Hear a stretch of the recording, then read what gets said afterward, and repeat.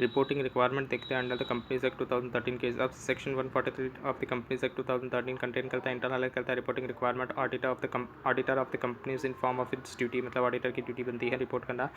Reporting requirement relating to the matters जो भी state की जाती है 143(1) के हिसाब से under section 143(1) auditor shall inquire, auditor inquire करता है फॉलोइंग मैटर्स को लेकर के जो लोन्स एंड एडवांसेज जो कि किए गए हैं कंपनी के द्वारा on the basis of the securities, क्या वो प्रॉपर्ली सिक्योर्ड है, वेदर जो टर्म्स के बेसिस के ऊपर किए गए हैं क्या वो prejudicial to the interest of the companies तो नहीं है ना, मतलब कंपनी को हार्म तो नहीं कर रही है ना। Made are prejudicial to the interest of the company, prejudicial मतलब क्या होता है, हार्म करना, हार्म तो नहीं कर रही है ना वो कंपनी के इंटरेस्ट को या तो उसके मेंबर्स को। वेदर जो ट्रांजेक्शन है of the companies which are represented merely by the books, ऐसा तो नहीं है ना कि सिर्फ बुक्स के अंदर एंट्री दिख रही है, रियल में तो ट्रांजेक्शन हुआ ही नहीं है। Are prejudicial to the interest of the company, वो भी हार्म नहीं करना चाहिए कंपनी को। वेदर जो वेर कहाँ पर company not being an investing company, जहाँ पर कंपनी इन्वेस्टिंग कंपनी नहीं है, बैंकिंग कंपनी नहीं है, वेदर उस केस के अंदर so much of the assets of the company, जो असेट्स होती है कंपनी की जहाँ पर कंसिस्ट करते हैं शेयर्स डिबेंचर या तो अदर सिक्योरिटी, यहाँ पर असेट क्यों लिखा गया है क्योंकि इन्वेस्टमेंट किया गया है, इसलिए इन्वेस्टमेंट जो होती है वो असेट्स होती है। इन्वेस्टमेंट अगर करते हैं अदर कंपनी के शेयर में डिबेंचर या तो अदर सिक्योरिटीज़ के अंदर, तो वो कंपनी के लिए क्या होती है, असेट्स होती है, इसलिए यहाँ पर असेट का वर्ड यूज़ किया गया है जो कि सोल्ड किया जाता है at a price less than that, जिस प्राइस पे उसको परचेस किया था उस प्राइस से कम के ऊपर बेचा जा रहा है कंपनी का, ऐसा तो कुछ नहीं है ना, वो देख लेना है। वेदर जो लोन्स एंड एडवांसेस जो कि मेड की गई है by the company have been shown as a deposit, क्या उसको डिपॉजिट के तौर पर बताई गई है। वेदर जो पर्सनल एक्सपेंसेस है कि उसको चार्ज किया गया रेवेन्यू अकाउंट के अंदर। वेदर वेर कहाँ पर ये स्टेट किया जाता है इन the books and document of the company that any shares, कोई भी शेयर्स जो भी अलॉट किए गए हैं कैश के अंदर, where the cash has actually been received in respect of such allotment, मतलब कहाँ पर दिखाया गया है बुक्स के अंदर और डॉक्यूमेंट कहाँ पर है उसके, जो भी शेयर्स को इश्यू किए गए हैं कैश के अंदर और क्या वो एक्चुअली कैश रिसीव्ड हुआ है ना अलॉटमेंट के टाइम पर। And if no cash has actually been received, अगर कोई भी कैश रिसीव नहीं हुआ है तो पोजिशंस क्या स्टेट कर रहे हैं अकाउंट्स बुक्स के अंदर, मतलब बुक्स के अंदर कोई तो एंट्री पास की गई होगी ना, तो वो बुक्स ऑफ अकाउंट्स के अंदर क्या शो की गई है वो देखना पड़ेगा। एंड द बैलेंस शीट क्या वो करेक्ट है, बैलेंस शीट रेगुलर है, कोई मिसलीडिंग तो नहीं कर रही है ना बैलेंस शीट, वो भी सब देख लेना पड़ेगा। However the auditor is not required to report, auditor को रिपोर्ट करने की जरूरत नहीं है इन मैटर के अंदर जो कि स्पेसिफाइड किए गए सब सेक्शन 1 के अंदर, मतलब ये ए से लेकर एफ तक की जो भी रिक्वायरमेंट दी गई उसके अंदर ही अनलेस जब तक वो उसको कोई स्पेशल कमेंट नहीं मिल जाता to make on any of the item जो भी रिफर्ड की गई है देयर इन, मतलब जो भी ऊपर दी गई है उसके अंदर कोई उसको स्पेशल कमेंट नहीं होता तब तक वो रिपोर्ट नहीं करेगा। इफ़ ही सेटिस्फाइड, अगर वो सेटिस्फाइड हो जाता रिजल्ट ऑफ द इंक्वायरी से कि कोई भी फर्दर नो, अगर वो सेटिस्फाइड हो जाता है इंक्वायरी से तो कोई भी फर्दर ड्यूटी नहीं आती उसको रिपोर्ट करने की, अगर वो सेटिस्फाइड हो जाता है तो ए से लेकर एफ तक के पॉइंट के अंदर। Therefore it could be said that, ये बोला जाता है कि auditor should make the report to the members, auditor report करेगा मेंबर्स को अगर कोई भी उसको आंसर मिलता है जो कि एडवर्स होता है इस मैटर्स के अंदर, इसे लेके एफ के अंदर, तब जाके वो मेंबर्स को रिपोर्ट करता है। Reporting on the accounts examine under the provisions of the section 142 auditor shall make a report to the members, auditor report करेगा मेंबर्स को to of the company on the accounts जो भी उसने examine किए गए हैं, ऑन एवरी फाइनेंशियल स्टेटमेंट्स, हर एक फाइनेंशियल स्टेटमेंट्स में जो भी रिक्वायर्ड किया गया है बाय या तो अंडर दिस एक्ट या तो लेट डाउन किया जाएगा बाय या तो अंडर दिस एक्ट जो कि लेट डाउन किया जाएगा before the companies in the general meeting, general meetings के अंदर जो भी अकाउंट्स यहाँ पर फाइनेंशियल स्टेटमेंट्स रखे जाएंगे उसके ऊपर उसको क्या करना है, अकाउंट को एग्जामिन करके ना रिपोर्ट देना है। And the report shell after taking into accounts the provision of this act accounting and the auditing standards, किसके हिसाब से होना चाहिए, वो प्रोविजन ऑफ द एक्ट के हिसाब से होना चाहिए, अकाउंटिंग एंड ऑडिटिंग स्टैंडर्ड के हिसाब से होना चाहिए, मेटल जो भी रिक्वायर्ड की जाती है जो कि इंक्लूड की जाएगी in the auditor's report under the provision of this act, या तो any rules made thereunder, या तो under any order made under subsection 11 के हिसाब से। Whether the auditor has to report उसकी बेस्ट ऑफ हिज इंफॉर्मेशन, जो भी उसने इंफॉर्मेशन इकट्ठा की है उसके हिसाब से एंड नॉलेज के हिसाब से वो बोल सकता है कि जो फाइनेंशियल स्टेटमेंट है वो दे रहे हैं true and the fair views to the state of the company's affairs, company के अफेयर को लेकर as the end of its financial year and the profit and loss account and the cash flows for the year and such other matter as जो भी prescribe किया जाता है under rule 11 of the companies auditor and audit rules 2014 further in terms of the section 143 के हिसाब से auditor report करता है। ऑल्सो वो स्टेट करता है कि वेदर ही हैज सॉर्टेड, क्या उसने ढूंढा है, क्या उसने निकाला है, क्या उसने ढूंढा है सारे informations and explanations which to the best of his knowledge, उसके नॉलेज के हिसाब से एंड उसके बिलीव के हिसाब से जो कि necessary for the purpose of the audit. And if not, अगर उसने नहीं किया ये सब तो डिटेल्स देयर ऑफ डिटेल्स भी देनी पड़ेगी कि क्यों उसने ये नहीं किया, क्यों उसने उसके नॉलेज के हिसाब से एंड एक्सप्लेनेशंस क्यों उसने नहीं लिए, क्यों उसने इंफॉर्मेशंस नहीं ली और क्यों उसने एक्सप्लेनेशन नहीं ली, उसका उसको देना पड़ेगा। And the effects of such informations, और इसकी इफ़ेक्ट्स क्या आएगी फाइनेंशियल स्टेटमेंट में, इन्फॉर्मेशन जो भी उसने ली है उसके हिसाब से उसकी इफेक्ट क्या आएगी फाइनेंशियल स्टेटमेंट पे, वो भी बताना पड़ेगा। वेदर इन हिज ओपिनियन, उसके ओपिनियन के हिसाब से प्रॉपर बुक्स ऑफ अकाउंट्स जो है वो रिक्वायर्ड किए गए हैं ना बाय द लॉ, क्या वो कैप्ट किए गए हैं ना कंपनी के द्वारा, सो far as appeared from his examinations of those books and the proper return adequately, क्या जो बुक्स ऑफ क्या उसके ओपिनियन के हिसाब से जो books of accounts required law के हिसाब से होते हैं, क्या उसको कंपनी ने मेंटेन करके रखा है ना, और उसको कहाँ से पता चलेगी, जब वो एग्जामिन करेगा बुक्स ऑफ अकाउंट्स को एंड प्रॉपर रिटर्न को, क्या प्रॉपर रिटर्न भी एडिक्वेट है ना for the purpose of his audit, उसके ऑडिट के लिए have been received from the branch not visited by him, जो भी उसने ब्रांच को ऑडिट नहीं किया है लेकिन ब्रांच ऑडिटर के पास से उसने ये सारी इन जो भी रिटर्न्स लिए हैं, प्रॉपर रिटर्न्स एडिक्वेट रिटर्न्स उसने लिए हैं, उससे उसको ये सब पता चल जाएगी। Whether the reports on the accounts of any branch office of the company audited under sub sections 8 by the persons other than the companies auditor, यहाँ पे ब्रांच ऑडिटर की बात की जा रही है, हैज़ बीन सेंड, क्या सेंड किया गया था टू हिम, मतलब जो भी रिपोर्ट्स होती है ब्रांच ऑडिटर की, क्या उसको स्टैट्यूटरी ऑडिटर ने देखा है, क्या उसको मिला था ये सब चीज़ें under the provisions to the sub sections and the manner in which he has dealt with in preparing his report, और किस मैनर के अंदर उसको इसने यूज़ किया है, डेल किया है उसकी रिपोर्ट प्रिपेयर करने के अंदर। Whether the company's balance sheet and the profit and loss account dealt with in the reports are in agreement with the books of the accounts and the returns, क्या जो भी balance sheet है और profit and loss account है क्या वो agree कर रहे हैं यानी मिल रहे हैं books of accounts and return से। वेदर इन इज ओपिनियन, उसके ओपिनियन के हिसाब से क्या जो फाइनेंशियल स्टेटमेंट से क्या वो कंप्लाइट कर रहे हैं अकाउंटिंग स्टैंडर्ड्स को, जो भी ऑब्जर्वेशन या तो कमेंट ऑफ द ऑडिटर होते हैं ऑन द फाइनेंशियल ट्रांजेक्शन्स या तो मैटर्स जो भी एडवर्स इफेक्ट होती है on the functioning of the company, क्या कोई ऐसा ऑब्जर्वेशन या तो कमेंट है ऑडिटर का फाइनेंशियल ट्रांजेक्शन्स को लेके या तो मैटर को लेके जिससे एडवर्स इफेक्ट हो रही है कंपनी के फंक्शनिंग के ऊपर। Whether any director is disqualified, क्या कोई डायरेक्टर डिसक्वालीफाइड है अपॉइंटमेंट के लिए as an director under sub section 2 of section 164 के हिसाब से, क्या कोई क्वालिफिकेशंस रिजर्वेशन या तो adverse remark relating to the maintenance of the accounts के मेंटेनेंस को लेकर एंड अदर मैटर्स जो भी कनेक्ट हो रही है उसके साथ कोई ऐसी है एडवर्स रिमार्क, एडवर्स या तो एनी क्वालिफिकेशन रिजर्वेशन या तो एडवर्स रिमार्क ऐसी कोई है क्या। Whether the company has adequate internal financial controls with reference to the financial statements in place and operating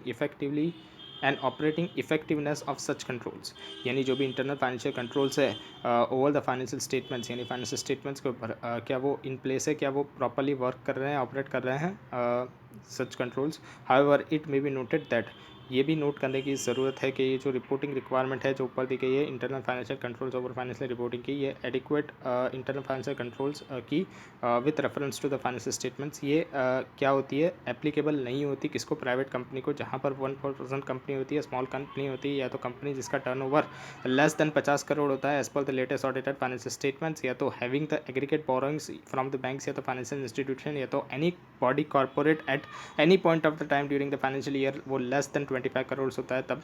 such other matters as prescribed under the rule 11 of the companies audit and auditor rule 2014 जो कि हमको नीचे दी गई है। Weather the company has disclose किया, company ने disclose किया गया है इम्पैक्ट अगर कोई होती है तो पेंडिंग लिटिगेशंस की on financial position in financial statement, यानी उसकी कोई लिटिगेशंस की इम्पैक्ट होती है क्या उसने पेंडिंग लिटिगेशंस की डिस्क्लोज किया गया है फाइनेंशियल स्टेटमेंट्स के अंदर। Whether the company has made the provisions as required under any law, क्या कंपनी ने कोई प्रोविजंस किया गया है जो कि रिक्वायर्ड होता है अंडर एनी लॉ या तो accounting standards for the material foreseeable losses going concern की बात की जा रही है, अगर any on long-term contracts including the derivative contracts, whether there has been any delay, क्या कोई डिले है ट्रांसफ़र करने के लिए किसके अंदर IEPF अकाउंट्स के अंदर investors education and protection fund by the company, whether जो मैनेजमेंट है क्या वो रिप्रेजेंट कर रहा है to the best of its knowledge and the believes other than as disclosed in the notes to the accounts no fund have been advance या तो loans या तो इन्वेस्टेड, मतलब जो भी डिस्क्लोजर किया है उसके अलावा कोई भी फंड मैनेजमेंट ने एडवांस नहीं किया, लोन नहीं किया, इन्वेस्ट नहीं किया, जो भी डिस्क्लोज़र किया है सिर्फ इतना ही उसने एडवांस किया है, लोन किया है, इन्वेस्ट किया है, ऐसा मैनेजमेंट एक्नॉलेज कर रहा है ना, either from the borrowed fund या तो फॉर शेयर प्रीमियम्स या तो any other security any other sources या तो kind of the fund by the companies to or in any other persons या तो entities including the foreign entities with the understandings whether the recording in writing या तो otherwise that the intermediary shall whether directly या तो indirectly lend या तो invest in the other persons या तो entities identified in any manner whomsoever by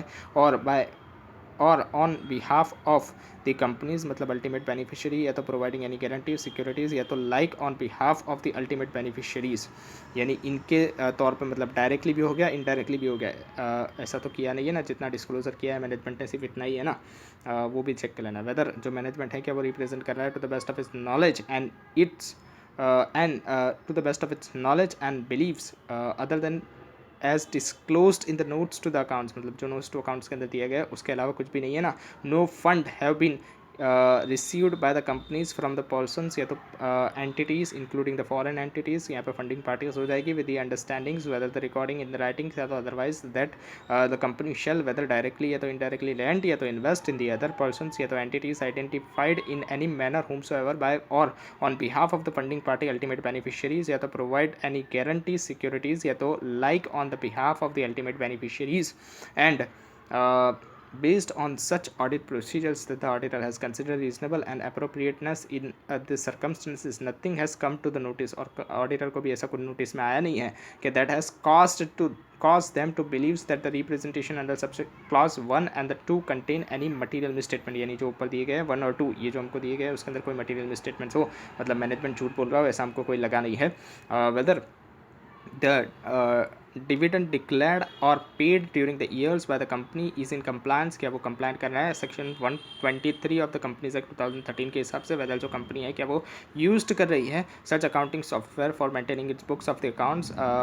which has the features of recording, उसको जिसके अंदर रिकॉर्डिंग का फीचर है ऑडिट ट्रेल्स का है, मतलब ऑडिट ट्रेल्स के अंदर क्या होता है एडिट लॉग होता है, मतलब किसने एडिट किया कब एडिट किया किसने डिलीट किया ये सारा फीचर्स होता है, वो सारा क्या कंपनी अपने बुक्स ऑफ अकाउंट्स के अंदर यूज़ करी है, जो भी उसने मेंटेन किया है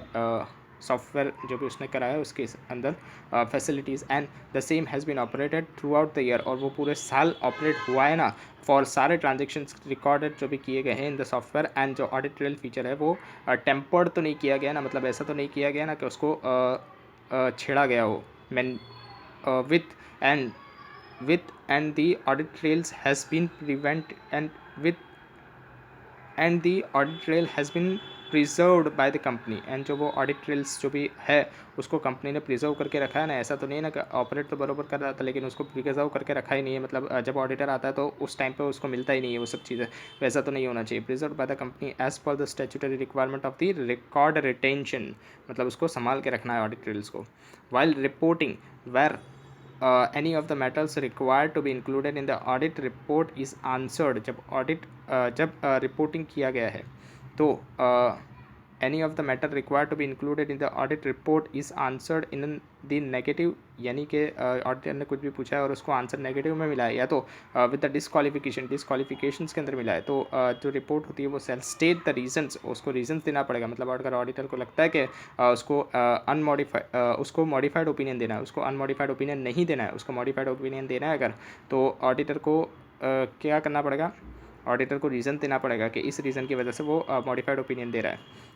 यहाँ पर क्या हो सकता है अगर उसको कुछ नेगेटिव मिला तो वो रीज़न के अंदर लिख सकता है, या तो उसको कुछ क्वालिफिकेशन लिख रही है तो वो क्वालिफिकेशन यहाँ पर लिख सकता है in the terms of the section 143(4) के हिसाब से। Further every auditor shall complies with the auditing standards, her auditor को ऑडिटिंग स्टैंडर्ड को फॉलो करना पड़ेगा अंडर सेक्शन 143(9) के हिसाब से reporting on any other matter जो भी स्पेसिफाइड की गई है गवर्नमेंट के द्वारा as per the section 143(11) central government में in consultation with the national financial reporting authority NFRA के साथ मिलके बाय द जनरल या तो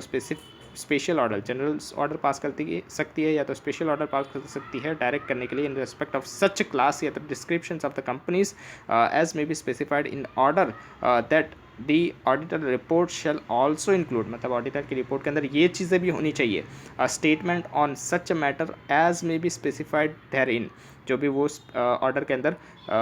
जनरल या तो स्पेशल ऑर्डर जो भी नाफरा से मिलकर सेंट्रल गवर्नमेंट निकालेगी उसके अंदर लिखा गया होगा कि ये चीज़ें भी ऑडिटर के रिपोर्ट के अंदर होनी चाहिए। इसके बाद reporting on the fraud, reporting to the central government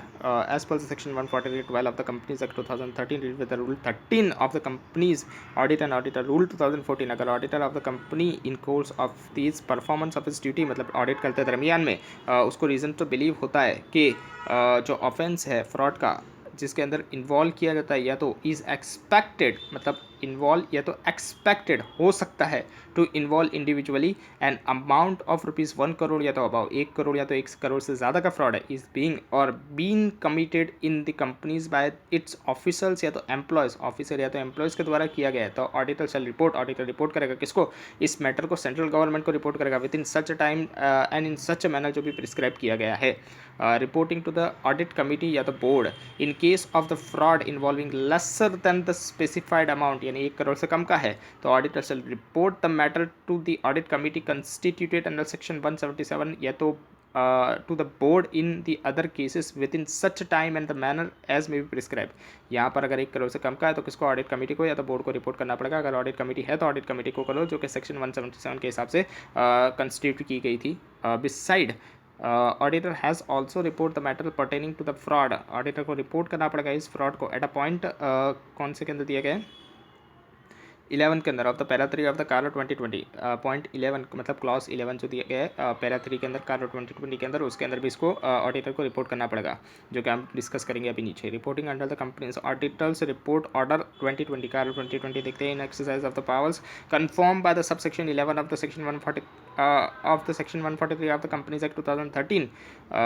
and in suppressions of the companies auditor Report Order 2016 published in the Gazette of the India Extraordinary Part 2 Section 3 of the subsections 2 with number SO1228E dated 29th of the March 2016। इसके अंदर ये चीज़ें बताई गई थी। Expect as respect the things done or omitted to be done before such suppressions the central government after the consultations with the NAFRA National Financial Reporting Authority constituted under section 132 of the Companies Act 2013 hereby make the following order, namely ये order दिया गया हमको, कारो पूरा दिया गया था यहाँ पर कब आया था ये 29 मार्च 2016 के हिसाब से। यहाँ पर हमको दिया गया है शॉर्ट टाइटल लिखेंगे, एप्लीकेशन एंड द कमेंटमेंट लिखेंगे। शॉर्ट टाइटल के अंदर क्या होगा, this order may be called the company auditors report order 2020, ये होता है इसका शॉर्ट टाइटल। एप्लीकेशंस के अंदर क्या आएगा, it shall applies to every company, हर कंपनी को ये अप्लाइड होगा including the foreign company, foreign company है तो उसको भी अप्लाइड होगा जो कि डिफाइन किया गया है clause 42 of the section 2 of the companies act 2013 के हिसाब से 18 of the 2013 hereby referred to as a companies act except किसको नहीं अप्लाइड होगा, बैंकिंग कंपनी को जो कि डिफाइन किया गया in the clause C of the section 5 of the banking regulations act 1949 and insurance company जो कि डिफाइन किया गया है इंश्योरेंस कंपनी एक्ट 1938 के हिसाब से अ कंपनी जो कि लाइसेंस किया जाता है to operating under section 8 of the company, section 8 company को भी नहीं होता। 1% कंपनी जो कि डिफाइन किया गया है clause 62 of the section 2 of the companies act and the small company जो कि डिफाइन किया गया है clause 85 of the section 2 of the companies act and private company not being a subsidiary या तो होल्डिंग, सब्सिडरी होल्डिंग नहीं होनी चाहिए of the public company having a paid up share capital, जिसकी paid up share capital and reserves and surplus not more than 1 crore. अगर private company है जो कि सब्सिडरी या तो होल्डिंग होती है पब्लिक कंपनी की तो उसको एप्लीकेबल होगा, लेकिन अगर प्राइवेट कंपनी है लेकिन वो सब्सिडरी होल्डिंग कंपनी नहीं होती है पब्लिक कंपनी की तो उसको एप्लीकेबल नहीं होता है। हैविंग जिसका paid up share capital and reserve surplus not more than 1 crore, 1 crore से ज़्यादा नहीं होना चाहिए। क्या, paid up share capital and reserves and surplus as on the balance sheet date, balance sheet date का देखना है and which does not have the total borrowing, उसकी टोटल बोरोइंग्स एक्सीड नहीं करनी चाहिए 1 करोड़ रुपये से फ्रॉम द बैंक या तो फाइनेंशियल इंस्टीट्यूशंस एट कोई भी point of the time during the financial year, and which does not have the total revenue, और उसका टोटल रेवेन्यू नहीं होना चाहिए जो कि डिस्क्लोज किया गया है schedule 3 of the companies act के हिसाब से, including the revenue from the discontinuing operations exceed, कितना वहाँ पर दिया गया 10 करोड़ से ज़्यादा नहीं होना चाहिए, 10 करोड़ से ज़्यादा नहीं होना चाहिए during the financial year as per the financial statements. Commencement, ये कब से कमेंस हुआ था, shall be commence in force on the date of its publications in the official gazette, जब पब्लिकेशन हुआ था ऑफिशियल गेजेट्स के अंदर तब से ये क्या था, केम इनटू फोर्स हो गया था। यहाँ पर वही दिया गया है एग्जाम्प्ट किसको किया गया था, वो सारी चीज़ें बैंकिंग कंपनी वालों को। एग्जाम्पल के तौर पे Educating Child Limited company registered under section 8 of the companies act 2013, given case के अंदर एजुकेटिंग चाइल्ड लाइसेंस किया गया है to operate under section 8 company of the companies act 2013 के हिसाब से, देयरफॉर द कार 2020 एप्लीकेबल नहीं होता एजुकेटिंग चाइल्ड को। Auditor report to contain the matter specified in the para 3 and the 4, हर रिपोर्ट जो कि बनाई जाएगी ऑडिटर के द्वारा under section 143 of the companies act on the accounts of every company audited by him, जो भी उसने ऑडिट किया गया उसकी जो भी अकाउंट उसने ऑडिट किया गया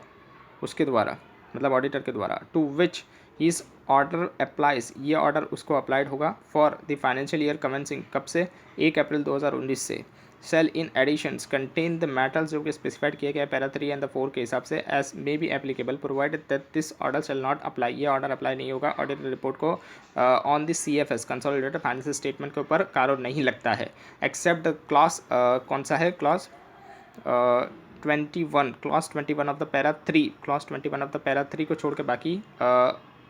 और कोई भी क्लॉज हैगा वो कारो का क्लॉज किसके ऊपर नहीं लगता है, CFS के ऊपर नहीं लगता है, मतलब स्टैंड अलोन के ऊपर ही कारो लगता है, CFS के अंदर नहीं लगता, लेकिन एक्सेप्शंस दिया गया है कि क्लॉज जो 21 है पैरा 3 का वो किसके ऊपर लगेगा, CFS के ऊपर लगेगा। पैरा 3 यहाँ पर दिया गया है matters to be included in the auditor reports, कौन सी मेटल्स जो कि इंक्लूड की जाती है, तो auditor report on the accounts of the companies to which the order applies shall include the statements on which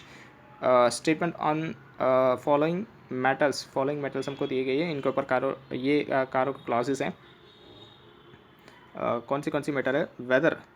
first का ए देखते हैं, weather the company is maintaining the proper records showing the full particulars including the quantitative details and the situations of the property plant and equipment, PPE की बात की जा रही है, क्या कंपनी मेंटेन कर रही है प्रॉपर रिकॉर्ड्स जहाँ पर फुल पर्टिकुलर दिखाए जा रहे हैं, जिसके अंदर क्वांटिटी डिटेल्स भी दी जा रही है एंड सिचुएशंस भी दी जा रही है कि कौन से सिचुएशंस में है property plant and equipment, whether क्या कंपनी मेंटेन कर रही है प्रॉपर रिकॉर्ड्स को जो जिसके अंदर फुल पर्टिकुलर्स दिए जा रहे हैं इंटेंजिबल एसेट्स के, यानी सब दिया जाएगा कि ये इंटेंजिबल एसेट्स है, इसकी ये बुक वैल्यू है, इसको इस पर खरीदा था, इसकी ये डेप्रिसिएशन वैल्यू है, ये सब क्या होते हैं, फुल डिटेल होती है, फुल पर्टिकुलर्स होते हैं, क्या ये कंपनी मेंटेन कर रही है प्रॉपर रिकॉर्ड इनका। वेदर बी के अंदर देखते हैं, whether this property plant and equipment have been physically verified, क्या इसको फिजिकली वेरीफाइड किया गया था मैनेजमेंट के द्वारा at a reasonable interval of time के ऊपर। वेदर एनी मटीरियल डिस्क्रिपेंसी, क्या कोई मटीरियल डिस्क्रिपेंसी नोटिस की गई है, ऑन सच वेरिफिकेशंस अगर कोई है तो same has been properly dealt, क्या उसको प्रॉपर्ली डील किया गया था with the books of the accounts. Whether the title deed of all the immovable property, जो टाइटल डीड है सारी इमूवेबल प्रॉपर्टी के अदर देन द प्रॉपर्टीज जहाँ पर कंपनी लीज के ऊपर है, या तो लीज एग्रीमेंट ड्यूली एग्जीक्यूट किया जा रहा है इन फेवर, मतलब अभी चल रहा है lease agreement in favour of the Lesi, disclose करना इन द फाइनेंशियल स्टेटमेंट्स, क्या वो हेल्ड किया गया है, क्या मतलब ये जो भी टाइटल डीड है वो कंपनी के नाम पे ही है ना, अगर नहीं है तो प्रोवाइड करो details there of in the format below, नीचे के फॉर्मेट के अंदर आपको देनी पड़ेगी। डिस्क्रिप्शन ऑफ द प्रॉपर्टी, कौन सी प्रॉपर्टी है, उसकी क्रॉस कैरिंग वैल्यू क्या है, किसके नाम पे है, वेदर प्रमोटर डायरेक्टर या तो देयर रिलेटिव और एम्प्लॉयज़ क्या ये लोग हैं, पीरियड हेल्ड मतलब इंडिकेट करेंगे रेंज वेर अप्रोप्रिएट पीरियड बताएंगे कि कितने पीरियड के लिए इनके नाम पे है। Reasons for not being held in the name of the company, reason बताएंगे कि क्यों ये कंपनी के नाम पे नहीं है। Also indicate if any dispute, अगर कोई डिस्प्यूट चल रहा है तो वो भी यहाँ पर इंडिकेट करना पड़ेगा, यानी झगड़ा चल रहा है तो वो भी यहाँ पर हमको इंडिकेट करना पड़ेगा। Whether the company has revalued its PE, क्या कंपनी ने रीवैल्यूड की है उसकी पीपीई को, including the right of the use asset या तो इंटेंजिबल असेट्स या तो बोथ ड्यूरिंग द ईयर, पूरे साल के दरमियान में। एंड इफ़ सो वेदर, अगर किया है तो रीवैल्यूएशंस किस बेसिस के ऊपर किया था, किस वैल्यू के ऊपर किया था, by the registered valuer, specifying the amount change, कितना चेंज है वो भी बताना है। अगर चेंज 10% या तो उससे ज़्यादा होता है इन aggregate of the net carrying value, net carrying value के हिसाब से देखना है, नेट कैरिंग वैल्यू से 10% या तो उससे ज़्यादा होता है each class of the PPE के लिए या तो इंटेंजिबल एसेट्स के लिए, तो उसको यहाँ पर बताना है हमको। Whether any proceedings have been initiate, क्या कोई प्रोसीडिंग चल रही है या तो पेंडिंग है अगेंस्ट द कंपनी, किसके लिए, बेनामी प्रॉपर्टी के लिए, अंडर द बेनामी ट्रांजैक्शंस प्रोहिबिशन एक्ट 1988 के हिसाब से, एंड जो भी रूल्स दिए गए हैं उसके अंदर उसके हिसाब से अगर है तो वेदर क्या कंपनी ने अप्रोप्रिएटली डिस्क्लोज किया गया है डिटेल्स को in the financial statements.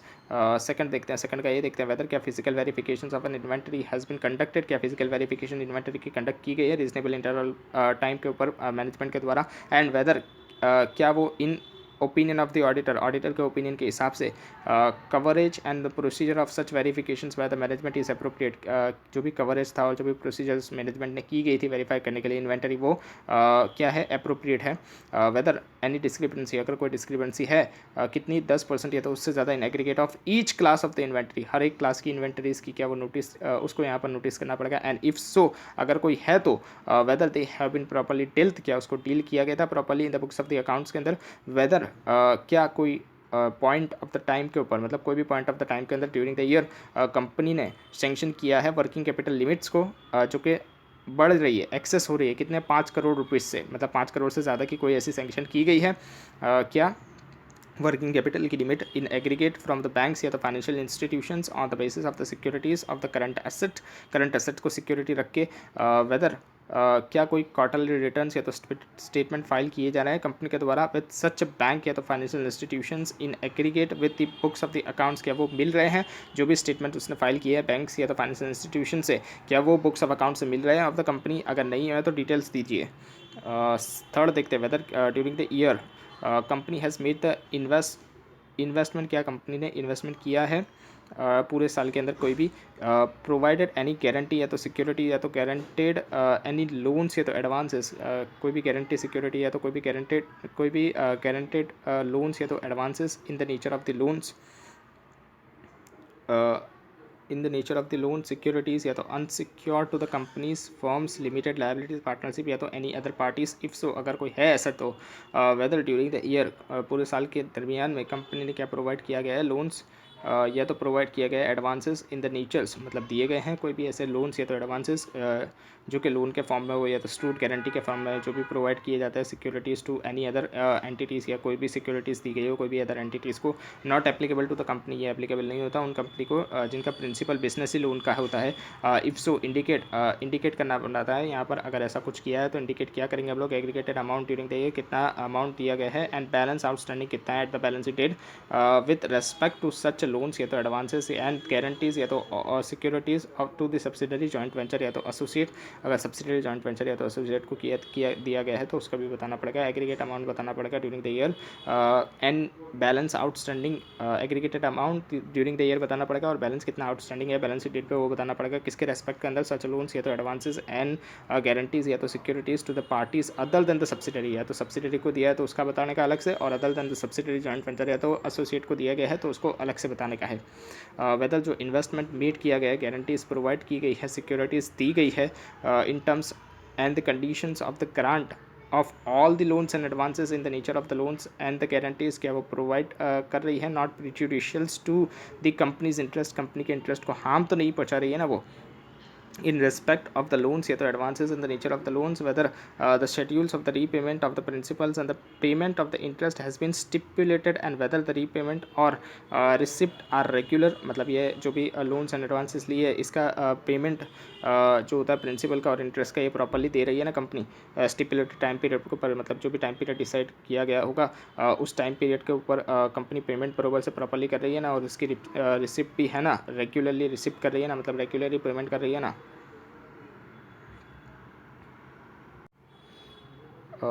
D देखते हैं, if the amount is overdue, अगर अमाउंट ओवरड्यू हो जाती है तो बताना पड़ेगा कि टोटल अमाउंट कितनी ओवरड्यू है फॉर मोर देन 90 डेज़, यानी एनपीए का केस हो जाता है। एंड वेदर रीजनेबल स्टेप्स क्या लिए गए हैं by the company recovery of the principal and interest के रिलेशंस में, मतलब कंपनी के पास से कितनी रिकवरी की गई है प्रिंसिपल इंटरेस्ट की, वो भी बताना पड़ेगा हमको। वेदर एनी लोन्स या तो advances in the nature of the loans guaranteed which has fallen due during the year, मतलब कोई भी लोन्स या तो एडवांसेस या तो नेचर ऑफ द लोन्स या तो गारंटीज जो कि फॉल कर रही है इस साल के अंदर, क्या वो रिन्यूड है, मतलब क्या उसको रिन्यू कर दी गई है वापस से, या तो उसको एक्सटेंड कर दी गई है, या तो उसको अगेंस्ट में रिफ्रेश लोन दे दी गई है to settle the over dues of the existing loan, मतलब जो एक्सिस्टिंग लोन है ना, एग्जिस्टिंग लोन जो है उसको सेटल करने के लिए क्या कर दिया जा रहा है, उसको रिन्यू कर दिया जा रहा है, जो भी लोन है उसको रिन्यू कर दिया जा रहा है, या तो उसको एक्सटेंड कर दिया जा रहा है, या तो जो लोन अभी चल रही है उसका ड्यू डेट आ गई लेकिन उसके अगेंस्ट में दूसरी एक और लोन ग्रांट कर दी जा रही है। ऐसा तो कुछ नहीं है ना, give to the same parties को, इफ़ सो अगर ऐसा कुछ किया गया है तो स्पेसिफाइड करिए एग्रीगेट अमाउंट की कितनी अमाउंट है सच ड्यूस रिन्यूड या तो एक्सटेंडेड या तो settles by the fresh loans, and the percentage भी बताइए aggregate of the total loans का या तो एडवांसेस का इन the nature of the loans guaranteed during the year, ये भी एप्लीकेबल नहीं होता उनको जिनका धंधाई लोन्स का है। Weather the company has granted, क्या कंपनी ने ग्रांट की गई है कोई भी लोन्स या तो advances in the nature of the loans either repayable on the demand, जो कि रीपेबल डिमांड के ऊपर है, या तो वेदर या तो विदाउट स्पेसिफाइंग एनी टर्म्स और the period of the repayment, if so अगर कोई ऐसा कुछ है, मतलब यहाँ पर कंपनी ने क्या ग्रांट की गई है, मतलब कंपनी ने क्या कोई ऐसी लोन्स दी गई है, एडवांसेस लिए गए हैं उस नेचर के अंदर ऑफ द लोन्स आइदर जो कि रीपेबल है ऑन डिमांड, मतलब जब भी मांगेंगे तब देना है, ऐसा तो नहीं है ना कोई, या तो विदाउट स्पेसिफाइंग एनी टर्म्स, या तो कोई भी टर्म्स उसके अंदर रखी नहीं गई है, या तो कोई भी पीरियड ऑफ द रीपेमेंट भी नहीं है उसका कि कब रीपेमेंट करना है, ऐसा कुछ बताया नहीं गया है। अगर कोई ऐसा है तो स्पेसिफाइड कीजिए कि कितना अमाउंट है उसके अंदर, एग्रीगेटेड अमाउंट बताइए, परसेंटेज बताइए, टोटल लोन्स ग्रांटेड का कितना परसेंटेज है वो, aggregated amounts of the loans granted या तो टू द प्रमोटर, मतलब जो भी लोन्स प्रमोटर को दी गई है वो भी बताइए कि उसका एग्रीगेटेड अमाउंट कितना है, रिलेटेड पार्टीज़ को जो दिया गया है उसका अमाउंट कितना है, डिफाइन किया गया है रिलेटेड पार्टी को under 76 of the section 2 of the companies act 2013 के हिसाब से, यहाँ पर क्लॉज 76 था।